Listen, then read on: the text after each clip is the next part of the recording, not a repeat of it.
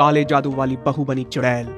बदलापुर नाम के एक गांव में कोमल नाम की एक सुंदर महिला रहा करती थी, जहां वो अपने काले जादू से सबकी सुंदरता छीनकर खुद अपनी सुंदरता बढ़ा लिया करती थी।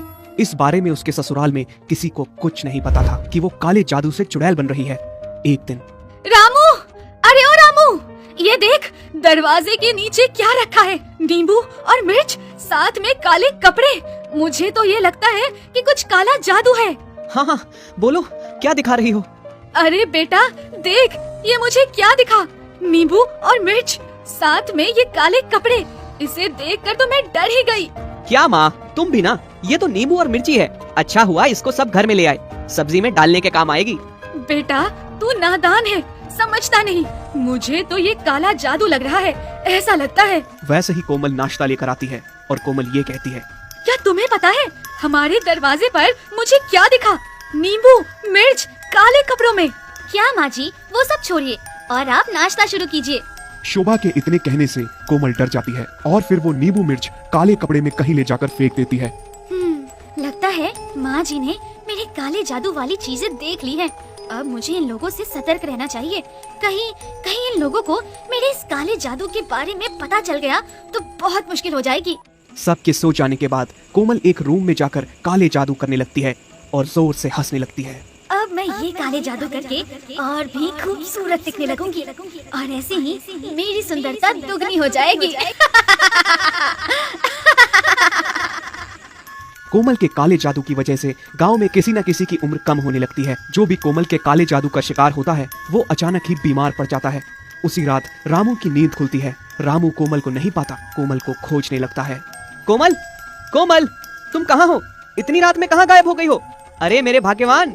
इतना कहते ही रामू की आवाज सुनकर रामू के पास अपने जादू से तुरंत जाकर खड़ी हो जाती है। रामू अचानक से डरते हुए, कोमल, ये क्या पागलपंती है? और ये क्या, तुमने काले कपड़े क्यों पहने हुए हैं? वो मैं पानी पीने गई थी। रूम में पानी खत्म हो गई थी ना, इसलिए।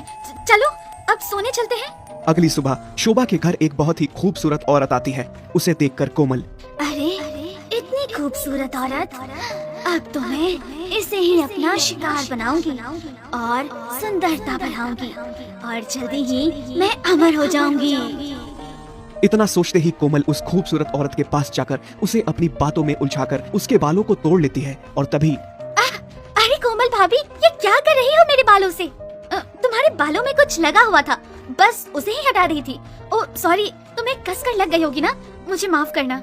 इतना कहने के बाद कोमल वहाँ से चली जाती है, पर वो पड़ोसन को कुछ अजीब सा लगता है और वो शोभा से बात करती है। आंटी, मुझे ये कोमल भाभी कुछ अजीब लगती है। उसे देखते ही मुझे डर लगता है। इसकी हरकतें मुझे पसंद नहीं आती। क्या तुम भी? अरे मेरी बहू ऐसी नहीं है। अब चलो चाय पीते हैं। नीता के जाने के बाद शोभा अपने रूम में आराम करने के लिए चली जाती है। वैसे ही कोमल अपने रूम में जाकर काला जादू करना शुरू कर देती है। मैं नीता के बालों से ही मैं उसकी सारी सुंदरता छीन लूंगी और उसको अपने वश में कर लूंगी। बस कुछ ही दिन और, अमावस्या की रात मैं अमर हो जाऊंगी। उसके बाद मैं किसी को जिंदा नहीं छोड़ूंगी। इतना कहते हुए वो अपने मंत्र जाप करने लगती है। ओम ब्रीम ट्रीम चामुंडाय विचे, ओम ब्रीम ट्रीम चामुंडाय विचे। नीता की सारी खूबसूरती मेरे अंदर समा जाए और मैं 4 गुनी खूबसूरत दिखने लगूं। कोमल अपने जादू से उस रात खुद को बहुत ही खूबसूरत बना लेती है। वही नीति अचानक से खून की उल्टी करने लग जाती है। ये काले जादू से मैं और भी खूबसूरत हो गई। जैसे ही वो खूबसूरत हो जाती है वैसे ही नीता की खूबसूरती चली जाती है। ऐसा लगता है मानो कई सालों से वो बीमार हो। अगले ही दिन नीता की ये दशा देखकर ये बात चारों तरफ फैल जाती है और सारे गांव वाले शोभा के घर में आना जाना बंद कर देते हैं। रामू शोभा को देख मन ही मन कहता है, अरे ये क्या, कुछ देर पहले नीता की खूबसूरती में दाग लग गया। वाह, बहुत ही अजीब दिखने लगी है। और ये कोमल इतनी खूबसूरत कैसे? दिन ब दिन इसका चेहरा चमकता जा रहा है। अरे बहू, आखिर जरा हमें भी बताओ अपनी खूबसूरती का राज। शोभा बोलकर बाहर चली जाती है। वही कोमल अपनी चुड़ैल के रूप में आ जाती है। हाँ, तो मैं सुंदर हूँ और मेरी खूबसूरती के आगे किसी की भी खूबसूरती नहीं है। कोमल को चुड़ैल के रूप में रामू देख लेता है तभी कोमल कहती है, सुन सुन, किसी को कुछ बताया तो तुम दोनों को खा जाऊंगी, जैसे गांव की हर सुंदर लड़की की खूबसूरती खा जाती हूँ। नहीं कोमल, मुझे माँ को बताना ही होगा। मैं अभी जाकर माँ को बताता हूँ कि तुम यहाँ क्या कर रही हो।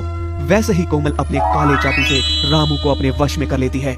अगले दिन रामू, तुम क्या कर रहे हो? आज बहुत बीमार से लग रहे हो, कोई परेशानी है तो कहो। माँ, मुझे कोमल के बारे में आपको कुछ बताना है। मैं उससे काला जादू। रामू के बताते ही कोमल वहाँ आकर खड़ी हो जाती है और वो उसे देखकर चुप हो जाता है और बात को बदल देता है। नहीं माँ, कुछ नहीं, तुम अपना काम करो।